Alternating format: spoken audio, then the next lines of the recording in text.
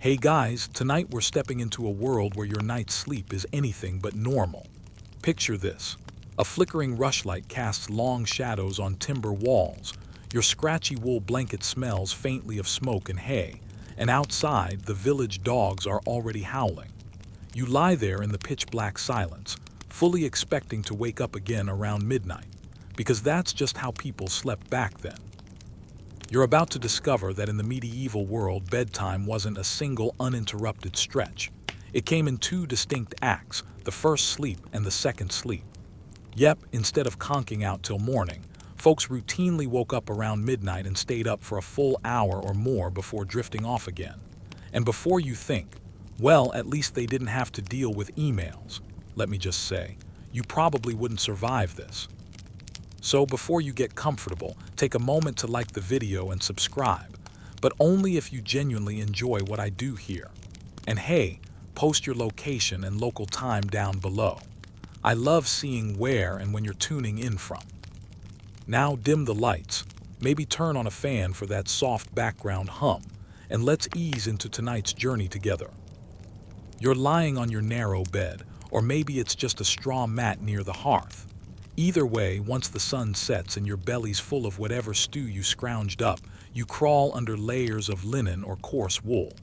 Sleep comes quickly. You've worked all day. But here's the twist. Sometime around midnight, your eyes pop open. No alarm clock, no urgent reason, just awake. In the medieval world, this is perfectly normal. They even had names for it.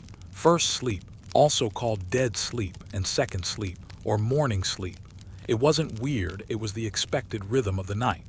The space in between, often lasting an hour or two, was called the watch. And during that time, you'd do anything but lie still. Some people used the quiet hour for prayer or quiet reflection. Others read or whispered to bedmates. Couples. They often found this interlude the perfect moment for intimacy. It was almost romantic in a fumbling, hay-poking kind of way. And yes, sometimes people just got up and tended to chores like checking the fire or feeding animals.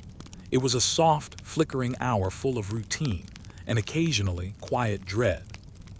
Historians still argue whether this biphasic sleep pattern was truly universal or more common in agrarian societies where day and night followed the sun religiously. But the evidence piles up in literature, diaries, and even court records.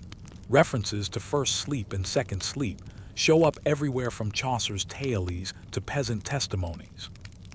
But here's the kicker, this wasn't some medieval anomaly.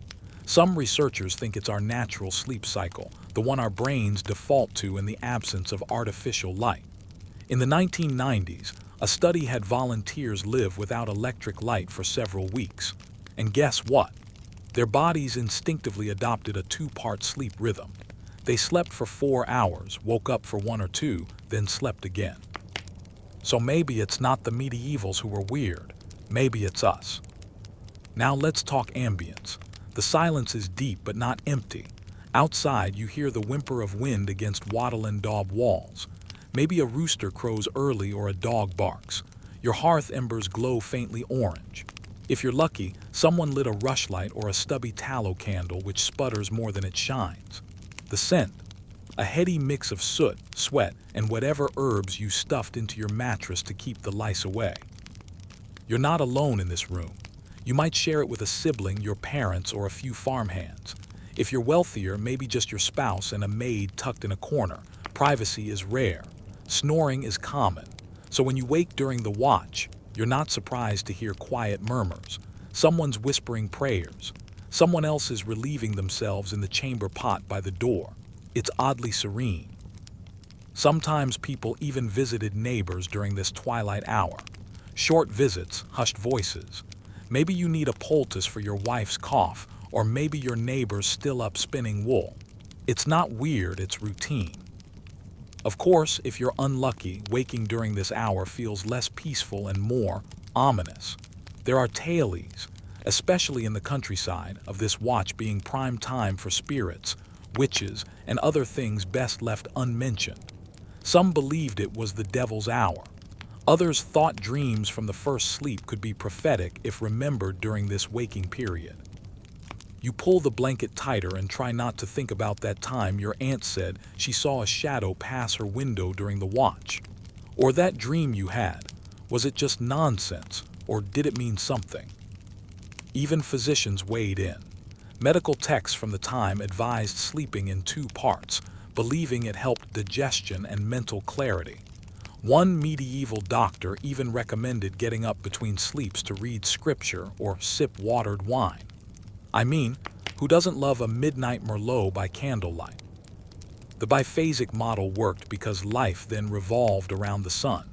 With no electric lights and few entertainment options, people went to bed much earlier than we do, often just after dusk. That gave them time for 2 good chunks of sleep and a calm, candlelit intermission. No Instagram scrolling, just a different kind of mindfulness. It all sounds oddly restful, doesn't it? You wake up not in a panic, but with purpose. You've got time to breathe, to stretch, to think about your day or the next one. Then, as the last of the embers die and the rooster gets impatient, you lie back down for your second sleep. It's lighter now, both in dreams and depth. You wake again just before dawn, ready to face the endless cycle of chores, prayer, and possibly another sermon nap. But we'll get to that one next. For now, you settle in for that second round, listening to the slow breath of those around you, the night not yet over, but never truly still. You wake again, but this time it's not from your own body's natural rhythm. It's the booming voice of a priest echoing off cold stone walls. You're slouched against a pillar, head drooping, mouth slightly open. Around you, others are in similar positions, heads bobbing, bodies shifting, the occasional sharp elbow jab from a more pious seatmate. Welcome to your medieval nap spot, the church. It's early morning and you're attending Mass because you have to. Not going isn't an option. The church is the anchor of your entire community, and attendance is expected, if not for the sake of your soul, then at least for the sake of your reputation. You've been up since before dawn, worked a bit already, and you're now sandwiched between the murmurs of Latin and the heady scent of incense. Sleep is practically unavoidable. Yes, in the medieval world, church wasn't just a place of worship. It was an extremely common place to nap. The pews aren't what you call cozy. If you're poor, you're probably standing or kneeling on the hard floor. If you're lucky enough to have a bench, it's more like a glorified wooden plank. But that doesn't stop your body from betraying you mid-sermon. The priest's monotone droning in Latin isn't helping either. Your eyes glaze, your chin dips, and eventually your forehead thunks gently against the back of the person in front of you. Historians still argue whether priests were genuinely annoyed by all this holy dozing or secretly understood it as a fact of life. After all, church services were long, and many parishioners came straight from laboring in fields or walking several miles on foot. One bishop even described the Sunday Mass crowd as more asleep than awake. It became so common that ecclesiastical records mention rules against sleeping during services, which of course means everyone was doing it. And it wasn't just the peasants. Monks dozed too. Imagine trying to stay awake during matins, those middle-of-the-night prayer services held in dim candlelight. You're wrapped in a heavy robe, stomach empty, eyes heavy. The rhythm of Gregorian chant rolls on like a lullaby. Even the abbot occasionally blinks too long. To combat this, some monasteries introduced what were essentially medieval standing desks. Monks stood in special stalls that were narrow and uncomfortable, forcing them to stay alert. Spoiler alert, it didn't always work.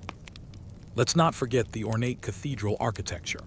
Cold, echoey, and absolutely stunning, perfect for letting your eyes drift up into the arches and get lost. The smells, wax, damp stone, mildew, unwashed people were grounding in a weirdly cozy way. The flicker of stained glass filtered light created hypnotic patterns that danced across the walls and the faces of fellow parishioners, many of whom were also doing that slow head bob of sleep resistance. If you're highborn, the struggle's the same, just better dressed. You're in your embroidered cloak, but your cushionless wooden seat still cuts into your back. You zone out halfway through a reading from one of Paul's letters and come to just in time to mumble Amen with everyone else. A moment later, you're wondering if God minds that your thoughts keep wandering to what's for breakfast. And here's a curious detail. There's even evidence that some people plan to nap in church. They'd arrive early to get a decent spot against a wall or near a warm beam of sunlight. Some priests openly complained about how many villagers treated Mass as an unofficial sleep extension. One French cleric lamented that his congregation snored like pigs while he tried to save their souls. Charming. But don't get too cozy. Occasionally, sleeping in church came with consequences. In some parishes, vergers carried long poles tipped with feathers or spikes, depending on their mood, to poke dozing attendees. These waker sticks could gently tickle you back to awareness or give you a sharp reminder that God is watching. Imagine being publicly jabbed in the ribs for your snoring. Definitely a wake-up call. The act of sleeping in church even seeped into art. Illuminated manuscripts sometimes show peasants slumped against columns mid-service, heads wrapped in veils or cowls, mouths agape. There's a subtle humor to it. Medieval artists didn't always idealize the devout. Sometimes they captured the reality. Humans, tired and utterly unable to resist dozing off in a warm building filled with monotonous chanting. Even sermons warned about it, priests threatening that those who fall asleep during the word of God might wake up somewhere hotter than expected. Still, the threats weren't very effective. A hard-working medieval life left little energy for spiritual rapt attention. Now here's a weird tidbit. Sleep wasn't always unconscious. Some monks believed that half-sleeping, staying in a meditative state, brought them closer to divine revelation. So closing your eyes in church wasn't necessarily laziness. It might have been an attempt to commune more deeply with God, or at least that's what you told yourself if you got caught. The church also became a kind of accidental sleep shelter. Travelers with no place to stay sometimes nodded off in the back rows. It was warm, semi-safe, and always open. In an age before inns were widespread, your local chapel might be the most reliable hotel around. Just ignore the occasional crucifixion mural glaring down at you while you try to catch a few Zs. All of this paints a picture not of lazy or disrespectful worshipers, but of people simply trying to survive the grind of daily life. Sleep happened wherever and whenever it could, especially in the few quiet spaces where no one demanded labor from you, at least, not too aggressively. So as the priest drones on and incense curls lazily toward the rafters, you rest your head against the cool stone. Your neighbors are softly breathing, one even lightly snoring. Outside, the sun climbs slowly. And inside, sleep once again proves it doesn't care about timing, holiness, or the judgmental eyes of the saints on the windows. Your eyes flutter open again. But this time, you're not alone, not even close. You shift slightly on the shared bedding, your elbow bumping into someone's ribs, someone who isn't necessarily related to you. Welcome to the medieval bedroom, where privacy is a distant dream, and sleep is less a personal ritual and more of a communal experience. In this world, sleeping is social. You're not tucking into a king-size mattress with Egyptian cotton sheets. You're climbing into a pile of limbs, hay-stuffed bolsters, and maybe a smelly dog or two. It's cramped, it's warm, and it's just the way things are. Whole families sleep together, not just parents and children, but also grandparents, visiting cousins, traveling merchants, and sometimes even complete strangers if you're staying in an inn or a wayfarer's barn. Beds aren't individual cocoons, they're shared resources. They're wide, stuffed with straw or feathers if you're lucky, and covered with woolen blankets that scratch your skin and trap the scent of everyone who's ever sweated into them. And it's not just the poor. Even among the wealthy, the bed was often shared. Noble children slept in the same room as their servants. Apprentices curled up in corners of their masters' bedrooms. Ladies-in-waiting dozed off in chamber corners, always within earshot in case they were needed. Sleep was rarely solitary. It was public, layered, and frankly, kind of smelly. Historians still argue whether this communal arrangement was purely practical or had deeper social implications. Was it just about warmth and space saving?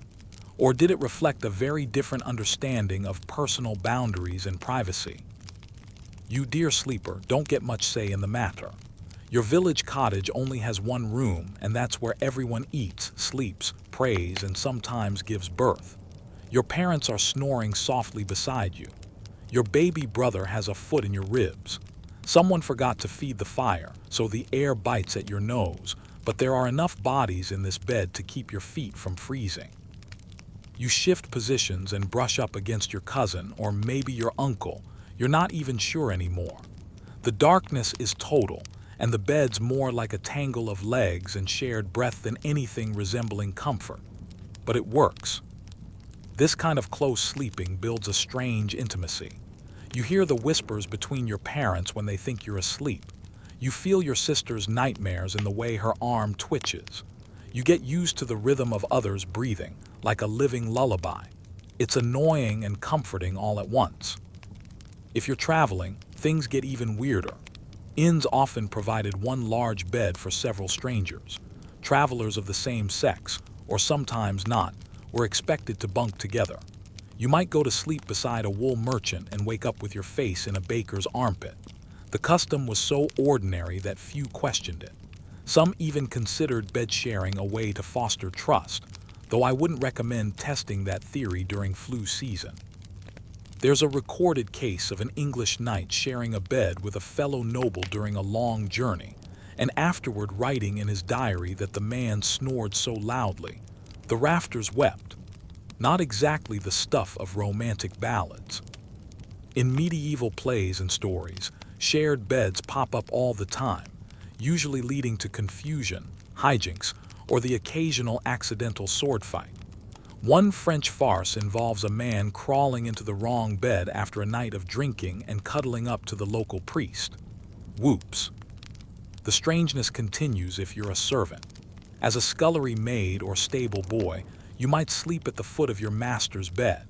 Not because you're family, but because space is at a premium and you're too low on the ladder to deserve your own blanket. Or maybe you sleep on a bench in the same room, or curled up on the kitchen hearth, using a rolled-up apron as a pillow. One quirky tidbit: in some wealthier homes they used bed warmers, metal pans filled with hot coals slid between the sheets before bedtime. Sounds fancy until you realize that sometimes, instead of coals, people just used their kids. Yep. Send little Tom to bed early so he can warm up the blankets before everyone else piles in. Lucky Tom. It wasn't all bad, though. In a world with no central heating, shared sleeping meant survival. Your body heat was your best defense against the cold. The more people in the bed, the warmer you stayed. Not to mention, in times of fear, bandits, war, wolves, it felt better not to sleep alone. But it also meant you had zero secrets. Every snore, every whisper, every poorly digested bean stew echoed across the bed. And if someone had fleas, well, now everyone does. And you can forget about pajamas. Most people slept naked or in their underclothes. Not for scandal, just for practicality. Clothes were expensive, and you didn't waste fabric on sleepwear unless you were very wealthy. Nightshirts became more common later, but for most of the medieval period, sleepwear was just what you wore during the day, minus a few layers. One open debate among scholars is whether this style of sleeping led to more emotional closeness in medieval families, or whether it just made people more tolerant of elbows to the face. Some argue that the lack of privacy fostered tighter community bonds. Others say it bred tension, awkwardness, and sleep deprivation. Probably both. You, meanwhile, are still shifting around in your cramped bed, someone's cold toes brushing your shin. You exhale, trying not to cough. Outside, a donkey brays. Someone inside the room mutters in their sleep. Someone else, you suspect, just farted. But despite the discomfort, the crowding, the itchy blanket, and the centuries-wide cultural gap, you start to drift off again. Because honestly, after a day of hauling water, feeding animals, mending tools, and dodging sermons, you'd sleep anywhere.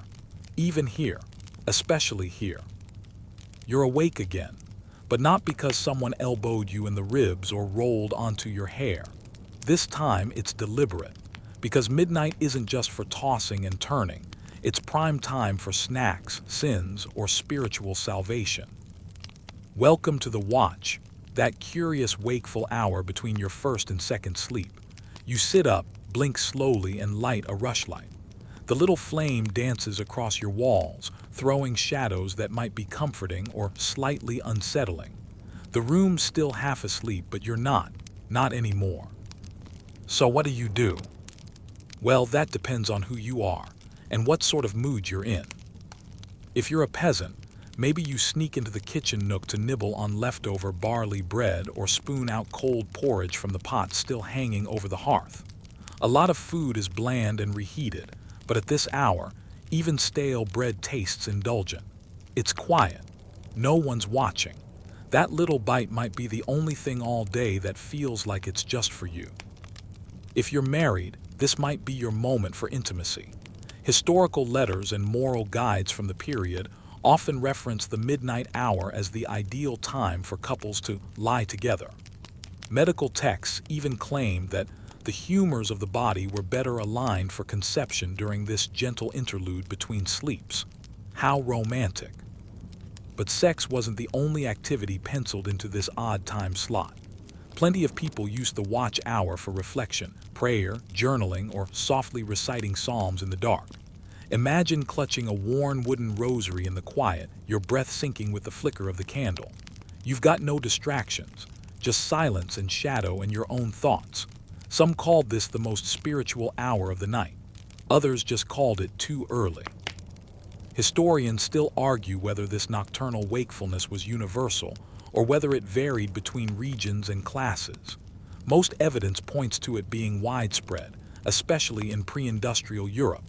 Diaries from French peasants, English monks, and Italian housewives all mention that middle hour. It wasn't considered insomnia. It was a feature of the night, not a flaw. And then there's the talking. You whisper to your bedmate about your day, about your worries, maybe about the bizarre dream you just had where a goose spoke Latin and accused you of stealing turnips. You didn't. Medieval folk believed dreams during first sleep carried messages, warnings even. Dream interpretation was serious business, often guided by religious leaders, folk healers, or the occasional suspicious grandmother. Some people use this hour to talk strategy. If you're a farmer, you might quietly plan tomorrow's planting. If you're a merchant, you think through your next trip to town. If you're a mother, maybe you soothe a child who's wet the bed, or worse, seen something unnatural in their dreams. Not everyone stayed in bed either. You might slip outside. The latrine's a short walk away, and yes, it's freezing. Your breath fogs. The sky's black, but the stars are startlingly bright, scattered like powdered sugar across velvet. The air smells of smoke, dung, and frost. Somewhere in the dark, an owl calls. You feel tiny, but also very much here. Back inside, someone else is awake now too. Maybe your grandmother. She's humming a hymn under her breath, knitting by firelight because that's when her fingers ache the least. Someone else is checking the fire, poking it back to life so it doesn't die before morning. Maybe your father mutters a prayer for the harvest. Maybe he just mutters. In wealthier homes, this midnight wakefulness becomes even more elaborate. Noble families might enjoy wine, dried fruit, or even meat during the watch. A servant stokes the fire. Candles are lit. Some folks use the time for reading. Books are rare, but religious manuscripts or popular tales sometimes get passed down, page by page, from hand to hand. One strange but charming habit from 14th century Italy: lovers sneaking notes to each other during the watch hour. A servant might slip through the shadows with a folded bit of parchment and a knowing smirk. What happens after that? Well, let's just say the second sleep arrives eventually. Of course, not everyone liked this hour. Some found it eerie, unnatural. The line between dreams and waking was thin. Some believed the dead wandered. The in-between state, half asleep, half alert, made the mind vulnerable. Priests advised against thinking too hard during the watch. You might invite unwanted visions, or worse, temptations. One fringe tidbit. In certain corners of Europe, people believe the devil visited during the watch, not to cause chaos but to listen. If you spoke your fears aloud, he'd hear them. So the truly cautious stayed silent, mouthing prayers instead of speaking them.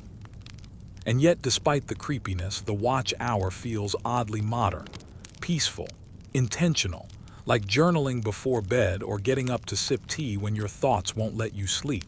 It's not insomnia, it's ritual. As you sit in the quiet, legs tucked beneath the blanket, your eyes begin to grow heavy again. The candle's nearly out. Someone nearby has already returned to snoring. Your body knows it's time. You blow out the light. The darkness wraps around you like a woolen cloak. The house exhales, and once again you drift not just into sleep but into the second sleep. A gentler one, shallower maybe, but comforting. You won't wake again until the rooster starts his nonsense, but that's fine. You've got a few more hours left. You wake to a sneeze, and not a polite one. It's the kind that echoes through timber beams and rattles dust from the rafters. Someone nearby groans. The sun hasn't even broken the horizon, but the air is already thick with damp straw, unwashed feet, and something pungent. Possibly turnip breath. You're lying in a bed that feels more like a low-tech obstacle course. It crunches, it scratches, and somewhere deep inside the mattress, something tiny just moved. Welcome to your medieval sleeping arrangement. Equal parts uncomfortable, questionable, and vaguely religious. Let's start with the basics. You're not on a mattress in the modern sense. Your bed is stuffed with straw, hay, rags, or sometimes feathers if you're very lucky or very rich. These mattress bags are called palliasses, and they need to be fluffed, aired, and sometimes replaced because, well, living things love to move in. Fleas, lice, mice. You name it, it's probably nesting near your knees. To keep things slightly more civilized, people often mixed herbs into their bedding. Lavender, rosemary, chamomile. Sure, it sounds like a luxury spa until you remember the real reason: pest control. The strong scents helped repel insects and occasionally covered the funk of communal sleeping. Over you is a wool blanket, maybe linen if you're lucky, and underneath you a wooden bed frame, or more likely just rope slats or planks. And yes, those ropes loosen over time, which is why sleep tight isn't just a cute phrase, it's actual bed maintenance. If your ropes sag, your back regrets it by morning. And if you're sleeping directly on straw on the floor, well, you won't notice the sagging because the lumpy straw pokes you from all angles. But don't worry, your spiritual needs are being met.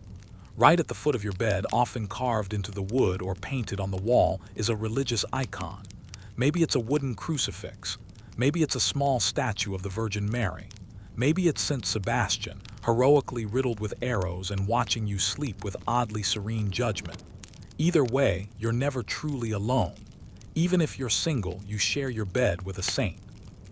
Historians still debate whether this was meant to comfort sleepers, protect them from nightmares, or just remind them that sin doesn't sleep, so neither should you. Medieval theology treated sleep as a vulnerable state, both bodily and spiritually. You were closer to God in dreams, sure, but also closer to temptation, demons, or your own guilty conscience.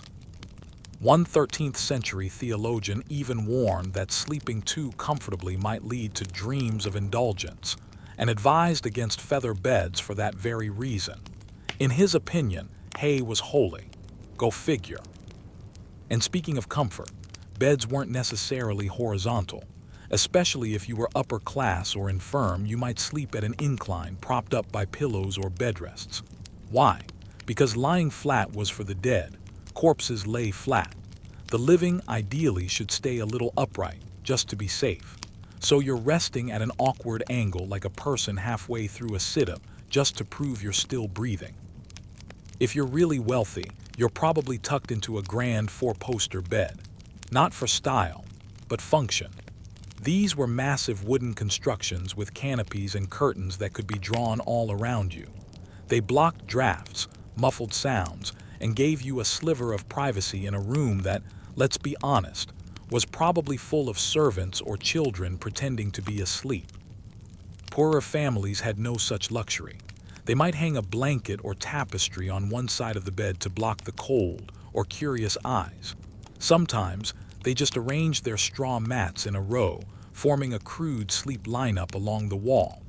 If you're lucky, your bed is slightly elevated to keep you off the damp ground. If not, well, hope you enjoy slugs. And here's a fun little quirk. Some people in Northern Europe slept in actual boxes, like full-on wooden bed cupboards. Called clothes beds in France, they were little enclosures with doors or shutters that you could close around yourself at night. Think of it as a cross between a wardrobe and a hamster habitat. Cozy, maybe. Claustrophobic, definitely. But warm, oh yes. And when you're battling endless cold seasons, warmth wins over elegance every time. Now let's not romanticize too much. Beds were expensive, really expensive. In fact, they were often the most valuable thing a person owned, and they were listed in wills, passed down through generations. A decent bed meant you made it, which is wild when you think about how many of us today won't even keep a mattress past its 8-year expiration date. One fringe detail you might enjoy.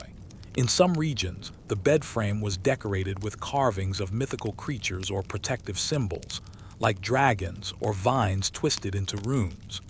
These weren't just decorative, they were spiritual protection. Nightmares, witches, and nighttime demons were considered real threats, and warding them off required more than just a firm pillow.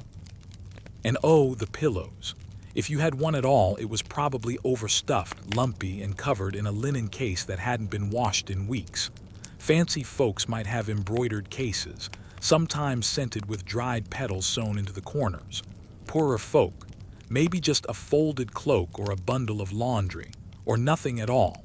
Neck cramps are timeless. Despite all this discomfort, your body adjusts. You sleep hard. You dream deep. Maybe you wake with straw in your hair or bite marks on your ankles, bedbugs, not vampires. Maybe you roll over and stare straight into the carved face of St. Joseph, who seems far too invested in your sleeping posture. Still, there's something weirdly grounding about it all.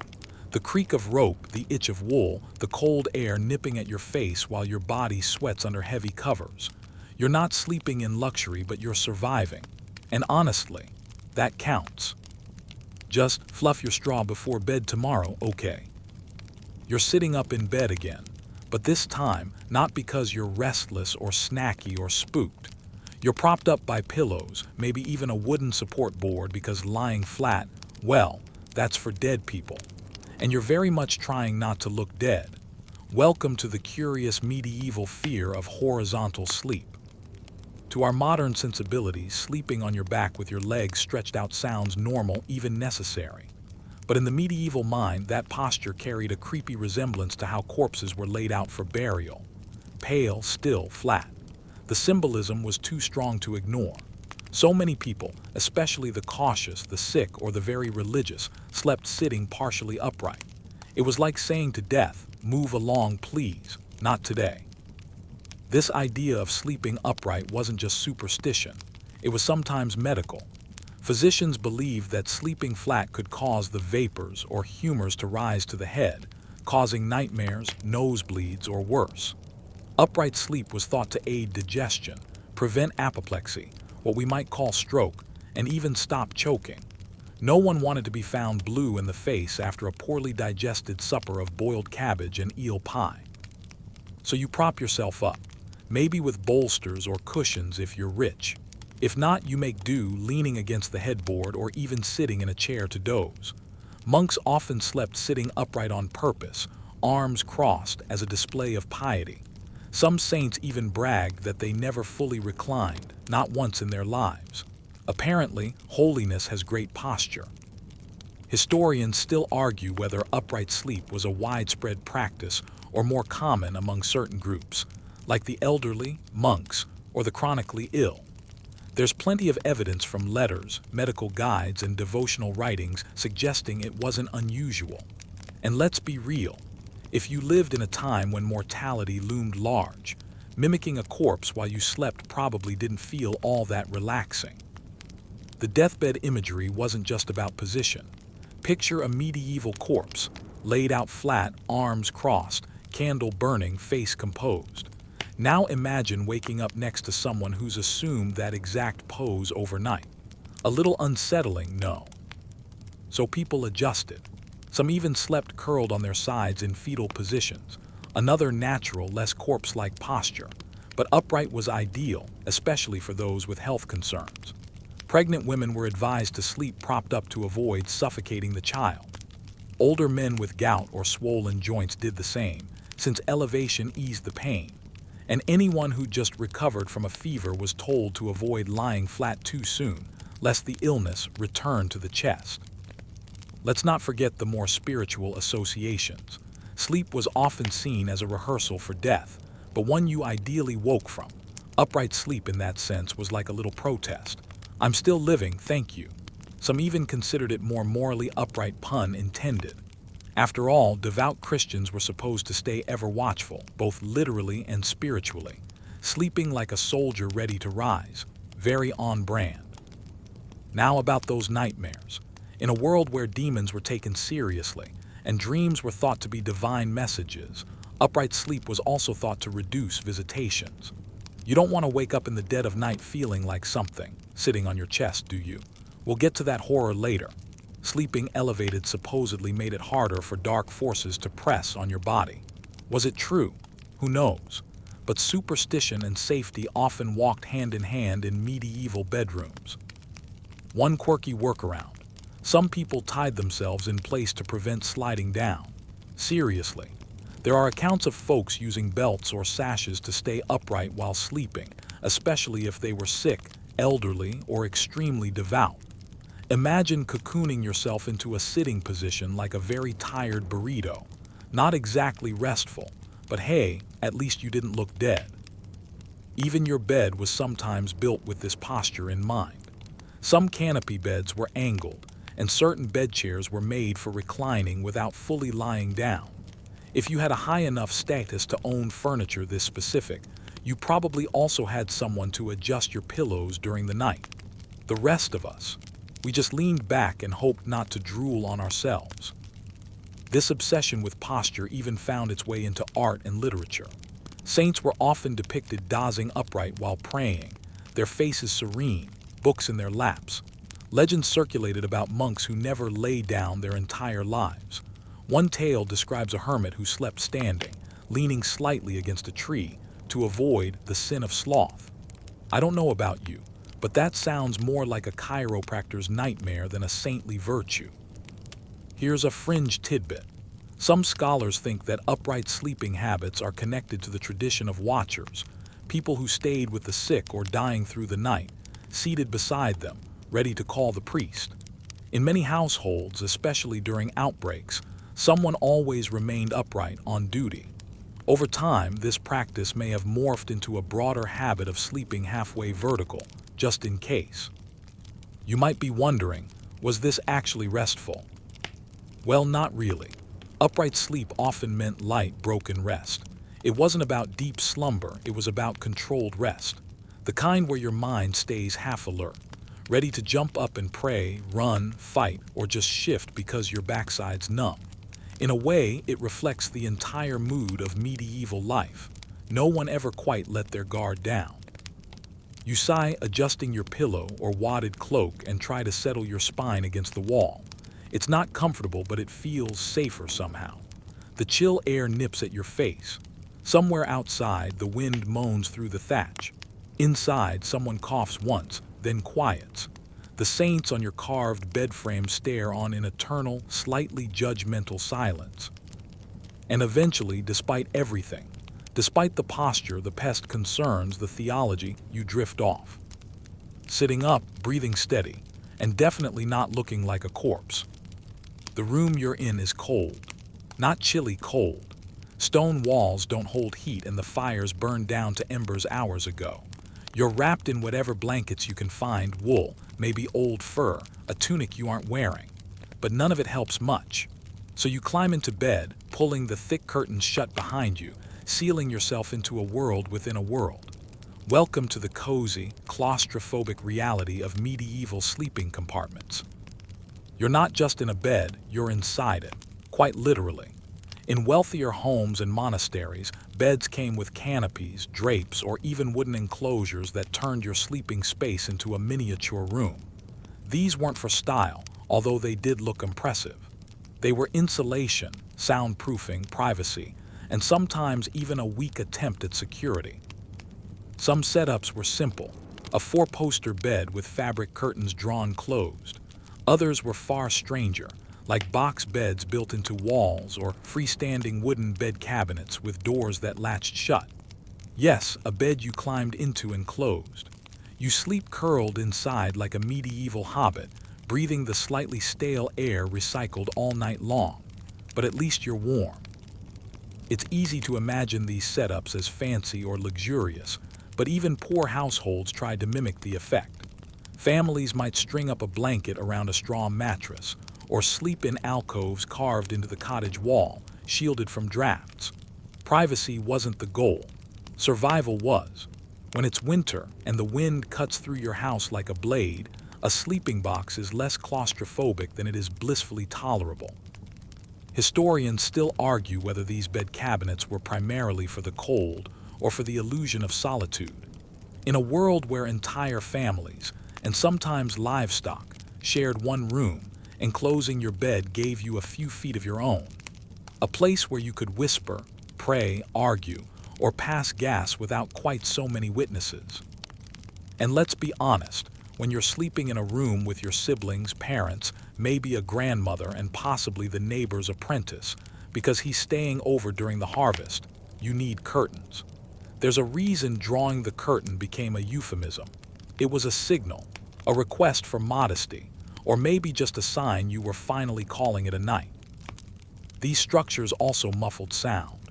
When roosters start crowing, dogs bark at the wind, and your neighbor's pigs root loudly in the next room over, the thin layer of fabric between you and the world might be the only thing saving your sanity. Not to mention the surprise visit from fleas, lice, or the occasional rat. Inside your curtained haven, you at least feel protected. In castles and monasteries, sleeping compartments could be much fancier. Wealthy nobles slept in vast carved beds draped with velvet or silk. These weren't just status symbols, they were freezing cold fortresses. With no central heating, even lords and ladies had to trap their own body heat somehow. Curtains got tucked in tightly. Coals sometimes burned beneath the bed, risky move that. The goal was to make a tiny microclimate, warm enough to breathe and not wake up with frost on your eyelashes. One quirky twist, beds didn't always belong to individuals. They were passed around. In many homes, especially among the middle classes, beds were loaned, shared, or rotated depending on the season or visitors. Which is why these sleeping boxes often had inscriptions or carvings, not just decoration, but proof of ownership. If your neighbor tried to claim your bed was his, just point to the initials burned into the wood. And they weren't just for sleeping. Think of these compartments as all-purpose pods.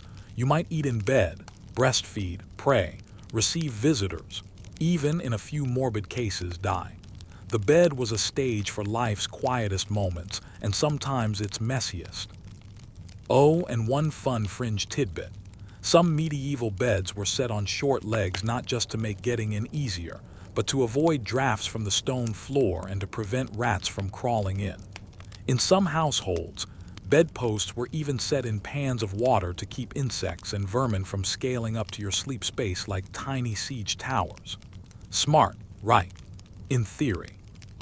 You breathe in the stillness of your little box. The wooden walls absorb the distant sounds of boots on stairs or a baby crying through the partition. Your breath warms the air around your face. The curtain stirs slightly as you shift, then settles. You're alone, sort of, but at least you can pretend. It's not glamorous. There's no mattress as we know it, just a straw-stuffed sack. No fresh linen unless you're absurdly wealthy. The covers are scratchy. The air smells faintly of smoke, old sweat, and damp wool. But in your curtained cocoon, you feel removed from the hard, unpredictable world outside. And that sense of being enclosed, of having boundaries even in a boundaryless home, that's what made these sleeping boxes so special. Not because they were comfortable, they weren't. Not because they were stylish, though some were gorgeous, but because they let people pretend they had privacy, a soft illusion in a loud, communal world. You turn over the curtain brushing your shoulder. A muffled sneeze echoes outside your bed. Someone's climbing into their own compartment beside you. There's the creak of wood, the whisper of fabric. But you stay inside your tiny cube of warmth and dark.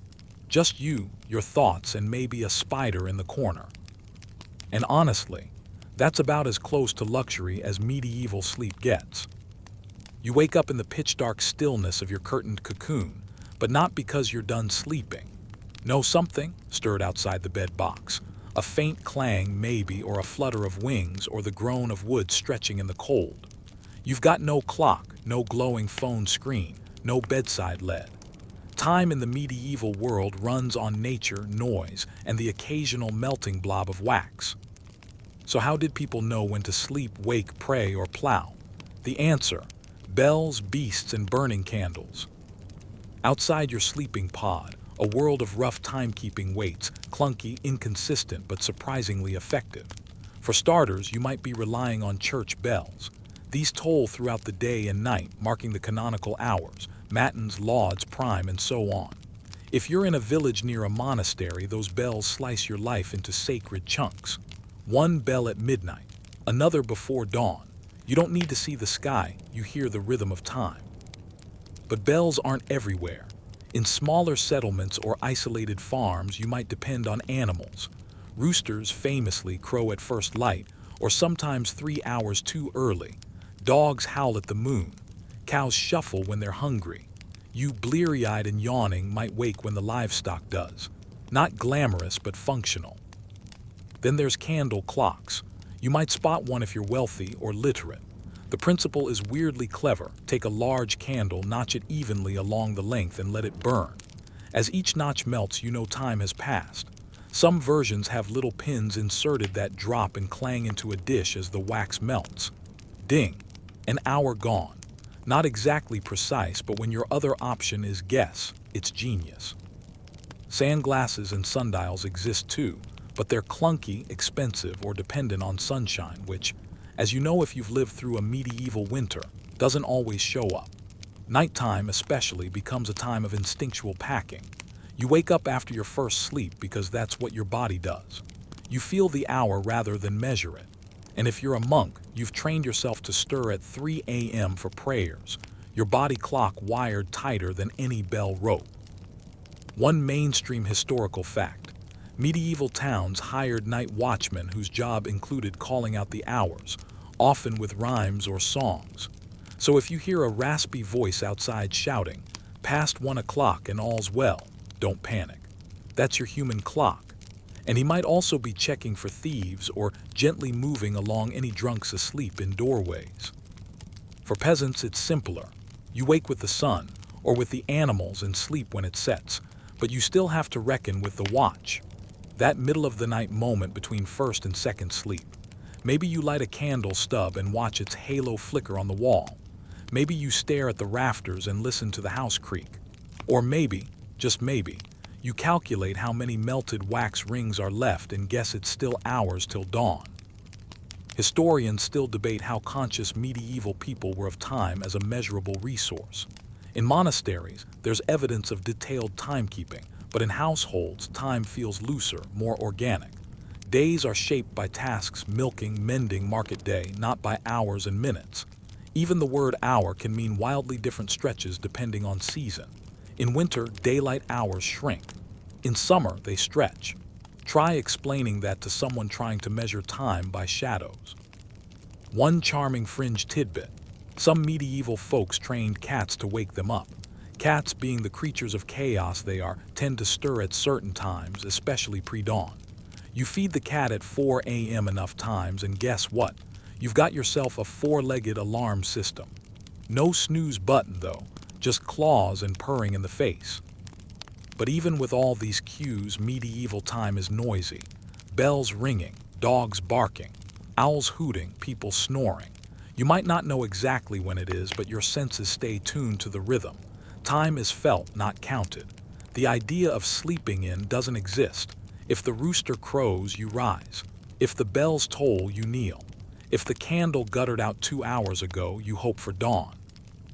Imagine lying there, wrapped in wool, feeling the faint glow of a dying ember through the curtain. You don't need to look.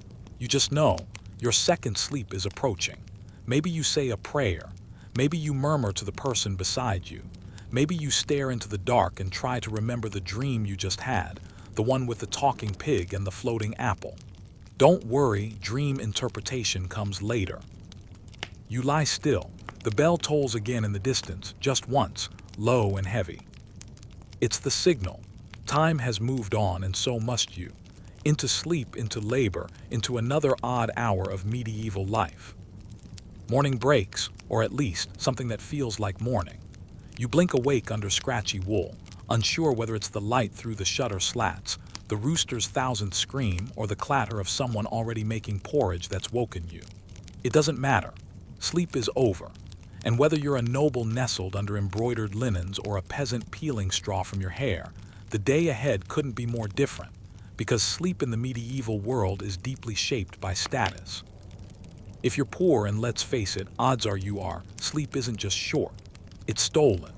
Peasants often worked from sunrise to sunset, plowing, thrashing, hauling, mending, and praying their bones don't give out. After a meal of cold pottage and possibly moldy bread, you collapse into bed not out of leisure but because you literally can't stay upright. Sleep is a hard-earned necessity, not a restful indulgence. But your bed, calling it a bed, might be generous.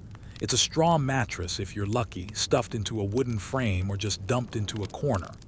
The straw or thresh gives rise to the phrase hitting the threshold. You're basically flopping across the line from waking to sleep. Blankets, whatever cloth you own, pillows, maybe a bundled cloak, privacy, not a chance. Now compare that to the nobility. If you're a lord or lady, sleep is practically an art form. You recline on down-filled mattresses layered with fur, embroidered silk sheets, and canopies designed not just for warmth but for sheer visual drama. Your servants warm the bedpan with coals. Your chambermaid might rub scented oils on your feet. And if you're a big deal, someone probably prays over you before you sleep. Divine insurance just in case. But here's the twist.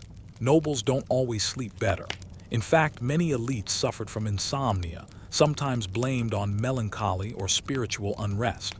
You might lie awake for hours, tormented by guilt, fear of death, or indigestion from that 6-course boar feast. Unlike peasants who hit the mattress and vanish into exhaustion, nobles had time to worry. And worry they did. There's even evidence that upper-class people chose to limit their sleep deliberately. Especially clergy, scholars, and rulers who thought too much sleep made you slothful, unvirtuous, or even vulnerable to demonic influence. Some manuals recommended no more than 4 hours a night, broken into fragments. One chronic insomniac king reportedly had monks read him psalms aloud all night, not out of devotion, but desperation. Historians still argue whether these habits were widespread or just idealized in literature. Were nobles actually lounging through sleepless nights, or was it more myth than reality? The written records come mostly from wealthy scribes and chroniclers. After all, no one was scribbling down the dreams of a thatcher's apprentice. Still, one fringe belief lingers, that the quality of sleep reflected your soul. If you slept restlessly, it might mean you were spiritually unwell, or worse, under supernatural attack. Some folks even kept relics near the bed to ward off nightmares. Others drank herbal tinctures before sleep, like valerian, chamomile, or poppy extracts. If that sounds like medieval NY-Quill, it kind of was. But let's return to you. Maybe you're a middle-class merchant in a town, caught between the noble privilege and peasant fatigue. Your sleep is patchy. You wake at midnight to check your shutters, then again at dawn to tally ledgers. You try to balance books and circadian rhythms. And with no alarm clock to snooze, you rely on bells from the local priory or your own anxious bladder. The weird part is how normal this all feels to you. Sleep isn't supposed to be seamless or predictable. It bends around your obligations, your fears, your class. There's no shame in napping midday if you're exhausted. And no surprise if you're lying awake at night, staring at the timbered ceiling, wondering if rats really do gnaw through toes. One curious tidbit: some nobles employed servants whose sole duty was to watch them while they slept. Not for safety, though that was part of it, but to ensure they were breathing properly, didn't roll onto the fire-heated bricks too hard, or weren't being pestered by fleas. Imagine trying to fall asleep with someone just watching. A medieval sleep tracker with judgmental eyes. Peasants, meanwhile, had other issues. Shared sleeping spaces meant constant interruption. Kids kicked you. The elderly muttered in their dreams. Farm animals clucked or snorted nearby. And if one person woke up for a midnight pee, you probably did too.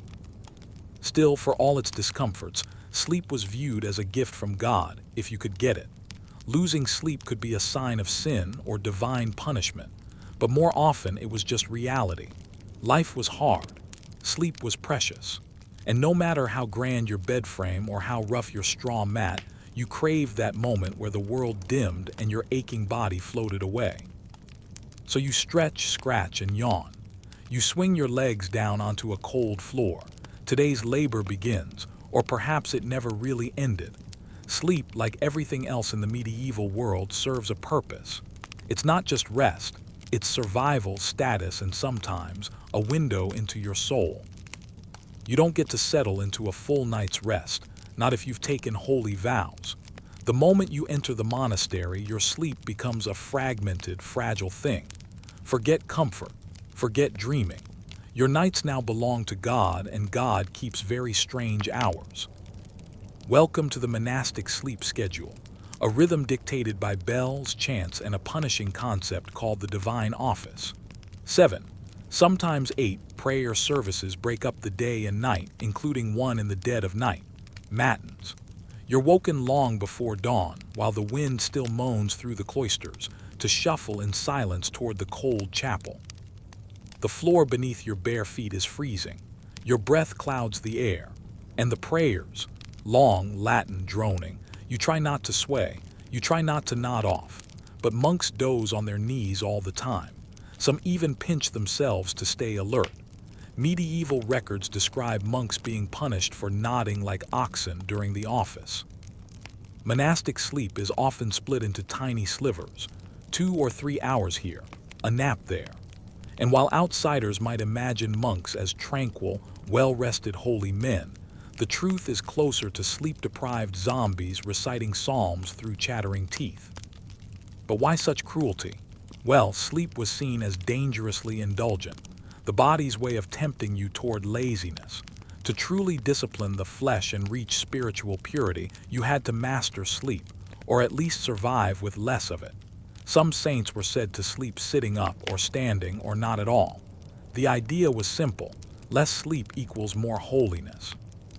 In some stricter orders, monks deliberately slept in their clothes, on wooden boards or even the cold floor. You dream of cushions and sheets, but all you get is a worn-out woolen robe and maybe a scratchy wool blanket. Not that you get to use it for long. Matins hits around 2 a.m., and lauds follows a few hours later. That's 2 forced awakenings before the rest of the world has even opened an eye.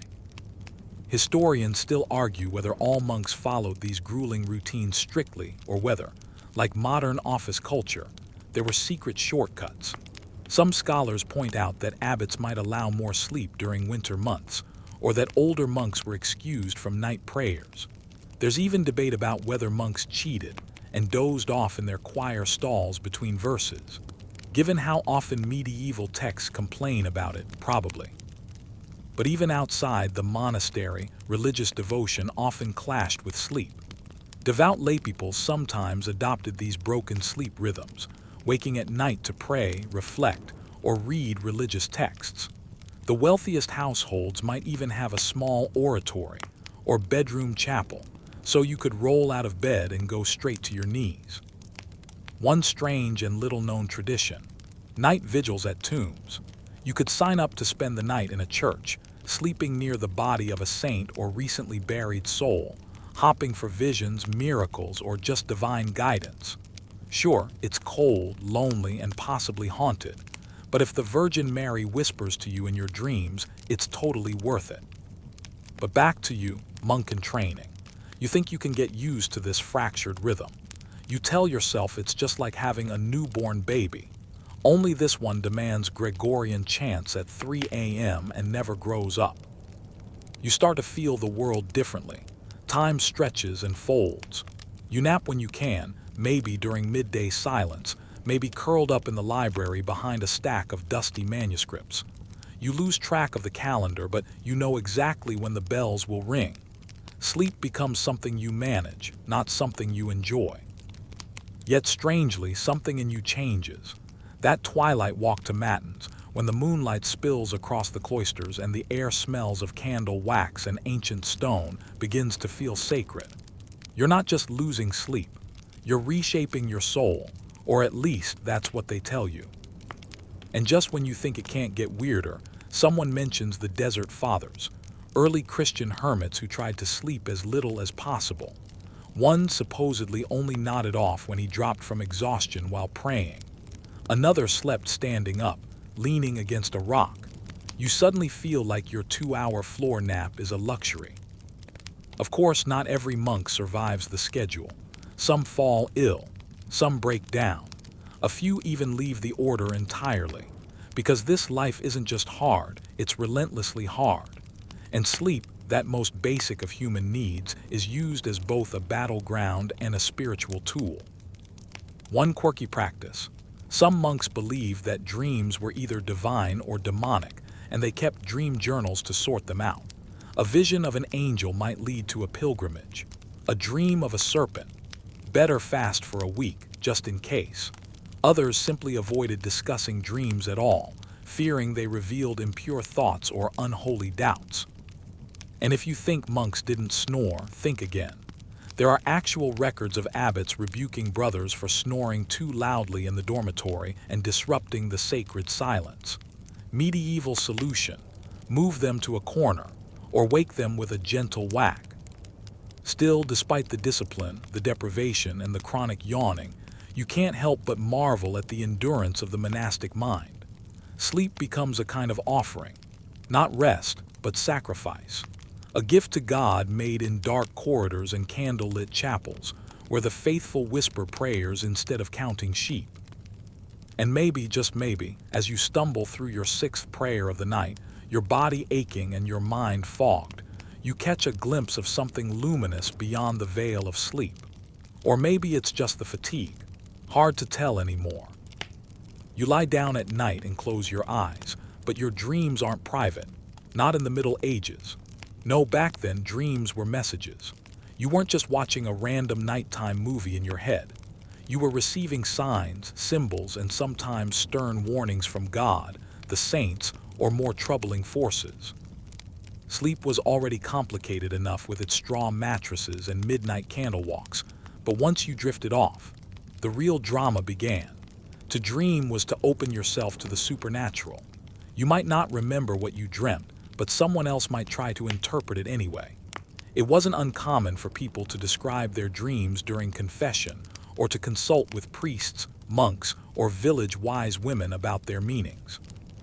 If you dreamt of falling, that could mean a moral downfall. Flying, maybe spiritual elevation. Dreaming of fire was often bad, hellish, even. But a dream of water might signal cleansing or rebirth. Dreaming of animals. Every creature had a biblical or symbolic meaning, and medieval dream books, yes, actual dream manuals, were used to decode them like celestial puzzles. One of the most widely read texts of the time was the Somniel Danilis, a kind of medieval dream dictionary supposedly based on the prophet Daniel's interpretations. Flip through it and you'd find entries like, "To dream of figs, wealth is coming. To dream of bees, expect misfortune. To see your teeth fall out, beware of death in the family." It wasn't exactly comforting bedtime reading. And this wasn't just peasant superstition. Monarchs, bishops, even popes recorded and fretted over their dreams. Charlemagne reportedly had visions of his empire crumbling in his sleep, and later rulers kept dream interpreters on staff. If you were someone important, what happened in your dreams might shape royal policy, war strategies, or whether you stayed in your bed or ran straight to church in your nightshirt. But dreams didn't only come from above. Oh no. Some were feared to be planted by demons, especially if they were vivid, sensual, or terrifying. Nightmares, in particular, were viewed with suspicion. The medieval incubus and succubus weren't just creepy folklore, they were considered real. These demonic entities would creep into your bed while you slept, pinning you down, often with a seductive or violent edge. Today, we might call that sleep paralysis. Back then, it meant you were under attack by evil forces. Better say your prayers twice. Historians still argue whether people genuinely believed these demons were physical beings or more like spiritual metaphors for lust and temptation. Either way, the terror was real enough that priests developed specific prayers and rituals to protect dreamers. Holy water, relics, and crosses under the bed weren't just decoration. They were spiritual armor against the monsters of the dark. And speaking of nighttime protection, some folks kept dream talismans, amulets sewn into pillows, herbs hung near the headboard, or small relics of saints tucked under mattresses. Lavender for calming sleep, rosemary to ward off bad spirits, mugwort to promote prophetic dreams. You'd smell like a medieval salad, but maybe you'd sleep through the night. Even dreaming of loved ones could spark debate. A dead relative visiting you in a dream. It might be their soul trying to pass a message, or it could be a demon wearing grandma's face. Best to light a candle just in case. And there's another twist. Dreams didn't always stay private. In village culture, some dreams became public stories. If someone dreamed of a neighbor doing something shameful, the whole town might start whispering. Old Marta dreamt that the miller's wife dances naked in the forest with goats. You can bet that rumor would outlast the rooster's crow. Of course, not everyone had access to the fancy Latin dream texts or the money to hire interpreters.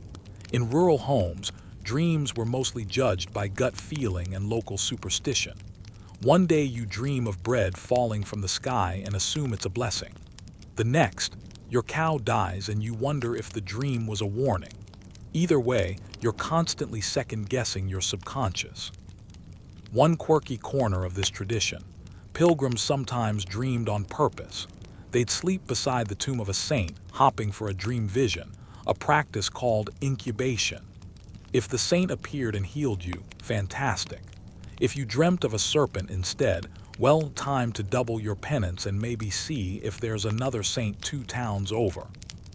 And believe it or not, dreams were sometimes used in court.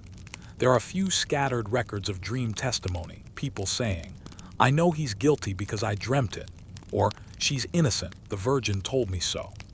It wasn't standard legal evidence, but in smaller villages with no lawyers and a lot of fear, dream logic carried surprising weight. What's more, medieval scholars were already debating whether dreams came from within the body or were truly messages from the outside. Was your dream of flying caused by spiritual elevation, or just bad ale and moldy bread? Even today, historians still argue about how people in the Middle Ages separated ordinary dreams from the important kind. Some claim dreams were central to their worldview. Others think most people just ignored them unless they were really weird. You, meanwhile, lie there in a dark timber room, curled beside the hearth, wondering if that dream of drowning meant you'll die soon or just need to stop drinking out of the dirty well. You whisper a prayer, shift your itchy blanket, and hope tonight you'll be spared the visions. But as your eyelids droop and the candle burns low, a shadow flickers across your wall. Was it just wind, or something else come to whisper in your dreams? You're dozing off in a field beside your plow, again, and nobody really minds. In the Middle Ages, sleep wasn't confined to the bedroom or the bed for that matter. You slept where you could when you could. Fields, carts, church pews, kitchen benches, monastery corridors, market stalls, even while waiting to see a hanging. Public snoozing, totally normal. You, the humble peasant, are exhausted. You've been up since before dawn, trudging through mud, thrashing grain, hauling firewood, and swatting at fleas. So when the midday sun gets high and warm and your belly's full of black bread and watered ale, your eyelids betray you. You lean back against a tree or your ox or maybe even your own sack of barley and drift off. Nobody thinks you're lazy. They probably envy you. Unlike the modern obsession with 8 hours of uninterrupted rest in a memory foam rectangle, medieval folks saw sleep as fluid and often fragmented. You might take several short naps in the course of your day. Historians still debate whether these catnaps were planned or simply responses to unrelenting physical exhaustion, but either way, they were part of life. And you weren't the only one nodding off. Markets were notorious for mid-afternoon slumps. Picture it: a vendor resting their head on a cabbage pile, a baker slumped beside cooling bread, a butcher snoring behind his blood-stained stall. Sometimes even customers dozed while waiting. If the wares didn't walk away on their own, what's the harm?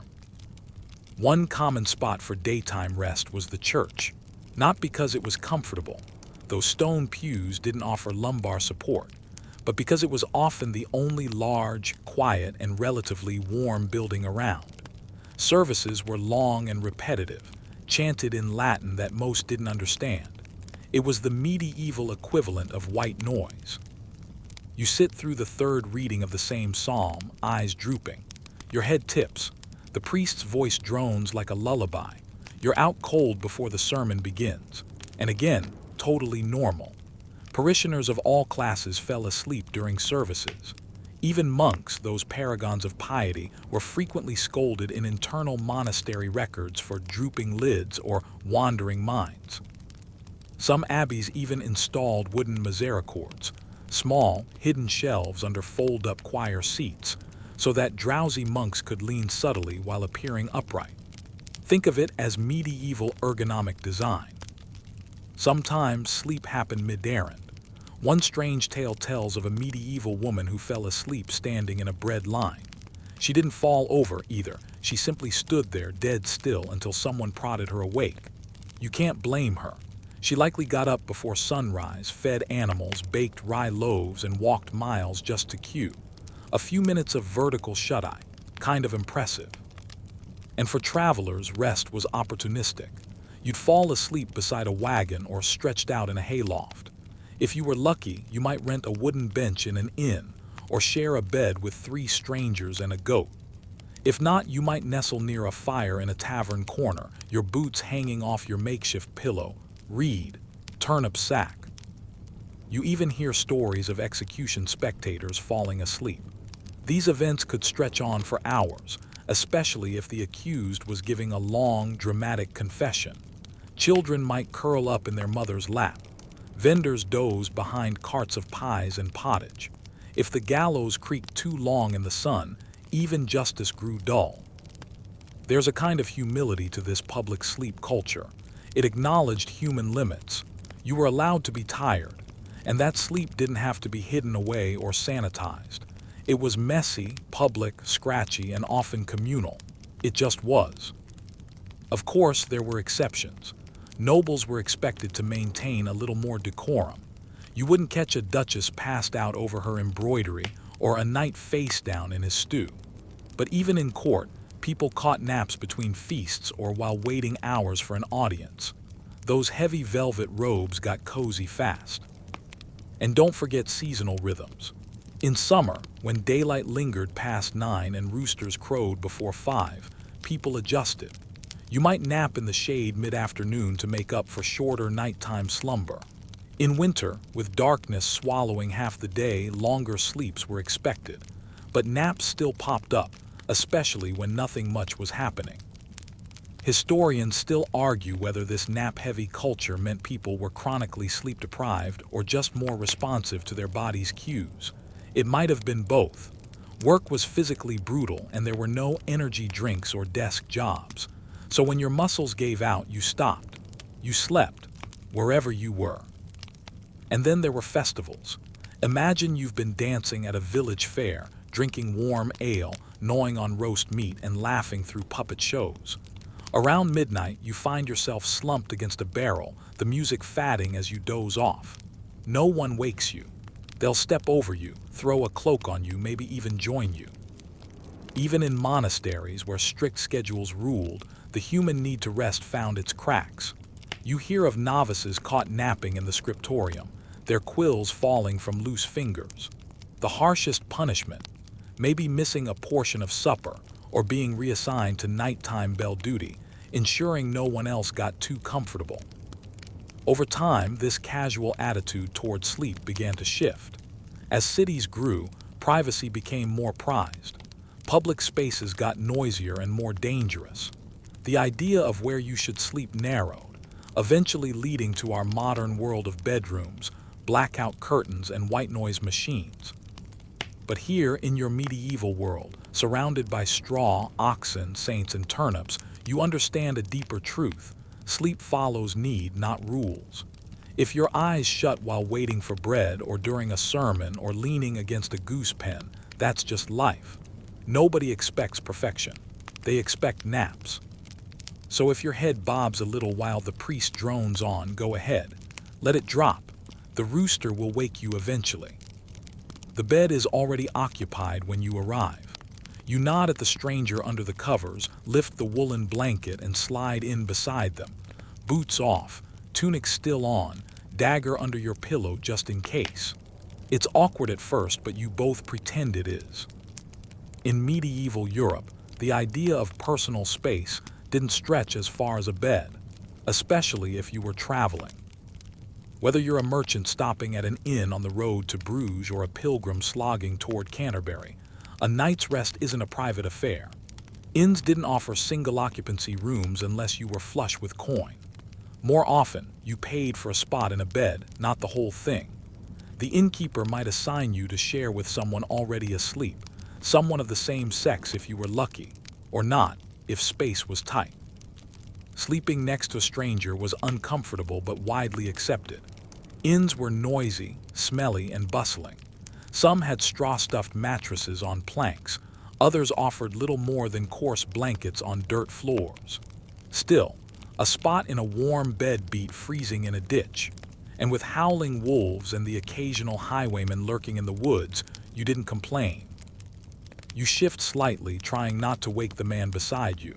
His breath smells faintly of onions and cheap ale. A minute passes. Then he turns over and murmurs something about goats. Great. Sometimes entire families, parents, kids, cousins, shared a bed, or even a hapel in a communal loft. In many peasant cottages, there was just one large bed, and everyone from grandma to toddler squeezed in. This wasn't just for bonding or convenience, it was survival. Body heat mattered when temperatures dropped, and insulation was little more than a draped wool cloak. And inns weren't the only places where this happened. At monasteries, novices often shared narrow beds in long dormitories. In noble households, servants slept at the foot of their lord's bed or even across it. Not out of affection, though some lords did like to chat before dozing, but because they were expected to be on hand always. If their master wanted a drink, a warming pan, or a midnight poem, they'd better be there. Even married couples didn't always have their own rooms. Wealthy aristocrats occasionally had his and her chambers, but most commoners shared whatever space they had. Privacy was practically a luxury concept. Historians still debate how common cross-gender bed sharing was in public lodgings. Some argue that it was avoided when possible, while others say it happened frequently, especially in overcrowded taverns. Whatever the case, the line between necessity and impropriety was blurry, and everyone pretended not to notice. And here's where it gets even weirder. Sometimes people shared beds on purpose for completely non-romantic reasons. A young apprentice might sleep beside his master as a sign of loyalty. Political allies traveling together might share a bed as a show of trust. Even kings did it. Henry VIII shared beds with visiting dignitaries to cement alliances. Imagine that, making small talk under embroidered sheets with the guy who controls half of France. You lie there now, trying not to breathe too loudly. The room around you groans with the weight of snoring men, creaking beams, and dripping candle wax. The air smells like old beer, damp wool, and something vaguely livestockish. You focus on the rhythm of the strangers breathing beside you. It's steady, if a little phlegmy. Eventually, your own breath begins to sync with his. There were, of course, risks to this communal arrangement. Disease spread quickly when people shared close quarters. Fleas, lice, and respiratory infections moved from person to person like gossip at a feast. But the fear of getting sick rarely outweighed the immediate need for warmth and safety. Besides, everyone was already covered in fleas. What's one more?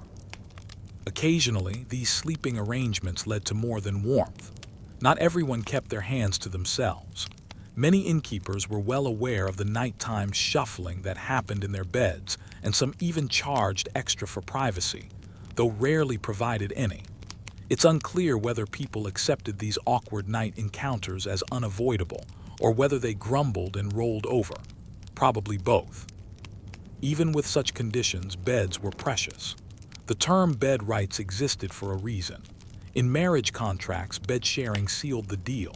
In religious vows, renouncing marital bed symbolized a break from worldly pleasure. And in death, a bed of rest meant eternal peace, finally, a place where no one else hogs the blanket. There's a surprising level of etiquette to all this, too. If you were sharing a bed with a stranger, you didn't face them. You curled toward the edge, back to back. You kept a modest inch or two of blanket as a buffer zone. Talking was minimal. Fidgeting was frowned upon. And if someone snored, well, you dealt with it. At some inns, beds were arranged by class or gender. Wealthier travelers might get semi-private nooks or curtains. Less fortunate souls were packed in like salted herring. In some cities, purpose-built sleeping halls were rented in shifts like modern capsule hotels. You paid for the hours, not the room. If you couldn't afford even that, you dozed under a stairwell in a barn or under a cart, wherever your head could rest. Remember the idea of the bed as sanctuary, forget it.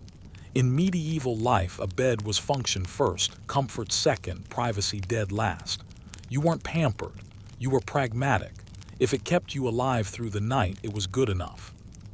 And there were rare exceptions. Monastic guest houses sometimes offered individual straw pallets. Nobles had feather beds and embroidered linens, though they often still slept with servants nearby. But for the average traveler like you, bed sharing was just another part of the journey. So here you lie, cheek to a lumpy pillow, knees awkwardly angled away from someone you've never met and never will again. It's drafty, it's uncomfortable, it smells questionable, but it's warm. And in the flickering candlelight of the inn's smoky rafters, you realize something else. In a world so uncertain, sharing a bed with a stranger isn't just weird, it's a strange kind of trust. You'll fall asleep tonight knowing someone's shoulder is just inches away. And maybe, just maybe, you'll wake up grateful that neither of you snored too loudly. You wake up gasping, heart hammering, drenched in sweat. It feels like something was sitting on your chest, heavy, crushing, unmoving. Your mouth opens to scream, but your voice is frozen. You can see the rafters above you, the dim outline of the bedpost, the flicker of dying candlelight, but you can't move, not an inch. Welcome to the medieval nightmare. Long before anyone understood what sleep paralysis was, people had other explanations, supernatural ones, and they made total sense to a world soaked in saints, sinners, and shadows. That sensation of being pinned in bed, unable to breathe or cry out. Clearly, it had to be a demon, or a witch, or worse. You lie there now, trying to convince yourself it was just a dream. But if you were a peasant in 1300, you'd be certain something real just sat on your chest and tried to steal your soul. Medieval folk tales across Europe brim with creatures that attack in the night. In England, she's called the night hag, an old crone who creeps into your chamber and sits on your chest until you suffocate. In Scandinavia, it's a mare, yes, the root of the word nightmare, a ghostly figure that crushes sleepers and whispers vile things into their ears. Germany had its Alp, France its Cockhammer, and Slavic cultures had enough sleep demons to fill a haunted inn. These weren't just idle legends, they were reality as far as people were concerned. That awful, paralyzing experience after a stressful day or illness was interpreted as spiritual assault. And it wasn't just peasants who believed it. Learned physicians and clergy sometimes agreed that demonic interference could disrupt sleep, especially if you were guilty of sin. Which, let's face it, everyone was. So people prepared. Before bed, you might sprinkle holy water on the sheets, recite a protective psalm, sleep with a crucifix tucked under your blanket, or hang garlic above the door. A tiny bag of herbs or consecrated earth tied to your wrist could keep the spirits at bay, or so you hoped. And if you were unlucky enough to wake up paralyzed and gasping, you confessed to your priest the next morning, just in case the devil was staking a claim. Historians still argue whether these legends emerged because of sleep paralysis, or whether the folklore came first and shaped how people experienced their dreams. The line between physiology and imagination is a blurry one, and always has been. And it wasn't just paralysis. Nightmares in general were seen as powerful omens. A vivid dream of fire might mean famine was coming. Drowning in a dream could foretell death. Dreaming of a church might suggest temptation ahead. There were medieval dream books, some handwritten, some printed after Gutenberg, that acted like cosmic manuals. Dream of teeth falling out, someone going to die. Dream of flying, you're flirting with pride and pride leads to hell. In one of the more charmingly paranoid examples, monks kept records of dreams where they battled demons. These weren't considered imaginary. They were actual spiritual duels, fought in the arena of sleep. One monk even claimed he was shown visions of angels holding up a mirror to his soul while he slumbered. Talk about high-stakes REM cycles. You might think that in such a superstitious age, dreaming itself was dangerous, but not always. Many believed that the divine could speak through dreams, just like in the Bible. Saints often received revelations while they slept. A bishop might dream of a lost relic's location. A farmer might see a saint in his dreams who told him to build a chapel. These weren't dismissed as coincidence. They were recorded, sometimes acted upon. Still, the fear loomed larger than the wonder. To protect themselves, people employed all sorts of odd bedtime habits, turning your shoes upside down to confuse spirits, laying a broomstick across the door to trap wandering witches, drawing a chalk circle under your bed, and of course praying, a lot. And while today you might set your alarm clock and put your phone on silent, your medieval self is a little more high maintenance. You draw your bed curtains tight, check the charm under your pillow, and try not to think about the dream where your teeth melted into coins. That one's definitely a bad omen. Another widespread belief: that witches, real human witches, could attack you in your sleep. Not just spiritually, but physically. If you woke up sore with unexplained bruises or unusually exhausted, maybe a witch rode you like a horse to the Sabbath. This wasn't poetic metaphor. It was considered an actual nocturnal phenomenon. People genuinely believed that witches could slip into homes at night, control your body, and ride you across the countryside for their evil rites. Of course, this gave rise to some interesting countermeasures: horseshoes over doorways, iron nails driven into bed frames. Some folks even slept with knives beneath their pillows, not for burglars but for witches. And then there were the charms. Not all were religious. Some were downright odd. A dried frog sewn into a pouch and worn to bed. A shard of broken mirror buried at the foot of the bed to reflect malevolent energy. One well-documented remedy involved sleeping with a piece of salted bacon under your mattress. Presumably, demons hate cured meat. You settle again into your lumpy straw mattress, the candle now out, the room plunged in dark.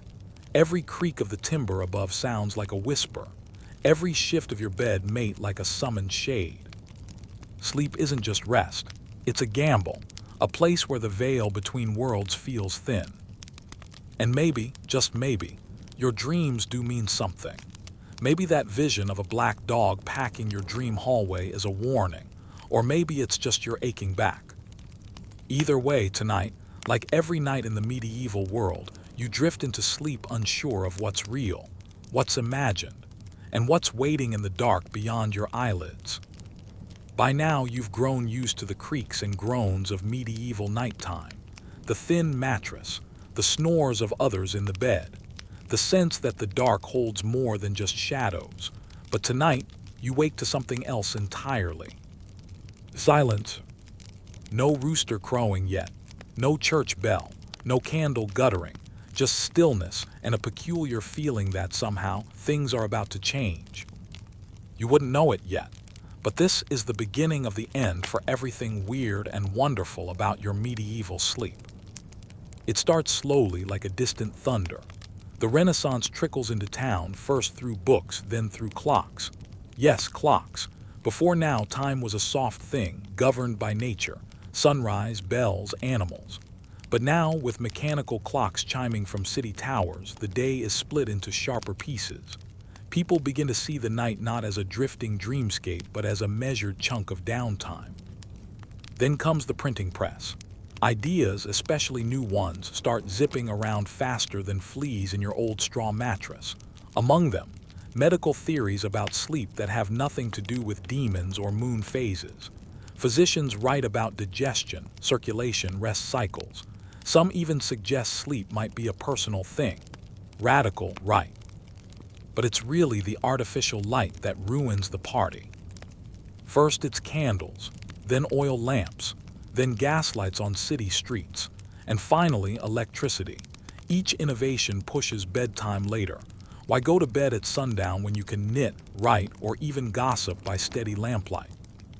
Suddenly those long medieval nights are shortened. That blissful broken first and second sleep pattern, it vanishes. People start sleeping in one go. Monophasic sleep becomes the new norm, at least in cities.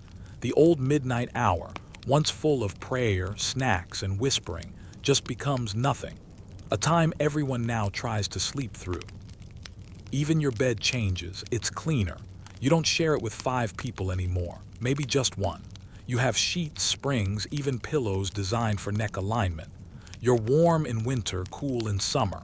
You can shut the door, maybe even lock it. Sounds like heaven, but also it's gotten a little boring. Historians still argue whether this evolution in sleep was a step forward or a cultural loss. Was it healthier? Maybe. But it also flattened the mystery of night. Dreams became psychological phenomena, not divine messages. Sleep stopped being communal and sacred and turned private and practical. Of course, that's not entirely a bad thing. Fewer bedbugs, no worries about witches. And if you suffer from sleep paralysis today, you won't wake up thinking a goat-legged imp is licking your forehead. Probably. But something was lost, the strangeness of sleep. Its rhythms, its rituals, its shared humanity. Because back then, everyone rich or poor, holy or wicked, entered the same darkness. Everyone lit a candle, whispered a prayer, and hoped they'd wake up whole. And it didn't all vanish overnight. Rural areas clung to old sleep habits for centuries. Even into the 19th century, some people still reported having a first and second sleep. And in today's world, with people experimenting with polyphasic cycles and sleep tracking apps, who knows? Maybe the old ways aren't gone. They're just dozing, waiting to be rediscovered. Now, as you lie in your well-lit, climate-controlled bedroom, maybe you wonder, what would it be like to go back? To a time when sleep was communal, sacred, and deeply weird. When waking at midnight wasn't a disorder, but a chance to pray, to snack, to listen to the wind. Maybe you miss it a little. Or maybe you'll just dream about it tonight. The fire's burned down to embers now. Outside your window, whether it's made of glass, wood, or imagination, the world is calm. The air has softened, the birds have hushed, and even the stars seem to blink slower. And you're still here with me, drifting on the edge of sleep, caught somewhere between medieval hay beds and your modern mattress. Let yourself sink into the thought of it. A simpler time, maybe harsher, maybe stranger, but slower. When the dark was truly dark. When you measured time by candle drips, not calendar alerts. When waking up at midnight didn't make you feel broken, but connected. To your neighbors, your dreams, your gods, even the ticking silence of your own body. The medieval world didn't need sleep studies or apps. People listened to owls, to bells, to each other's breathing. There was a rhythm, clumsy and imperfect, but real. And maybe, if you listen closely tonight, you'll feel a bit of it too. That old, slumbering rhythm of a world that slept in pieces and woke up a little wiser between them. So breathe deep. Pull your covers up just a little higher. Let go of today's noise. There's nothing chasing you now. Not the tax collector, not the plague, not even your overthinking, overscheduled brain, just stillness. Close your eyes. Forget the straw. Forget the snoring pigs. You're safe, you're warm, you've made it to the end. And maybe, just maybe, you'll dream of something strange tonight. Sweet dreams.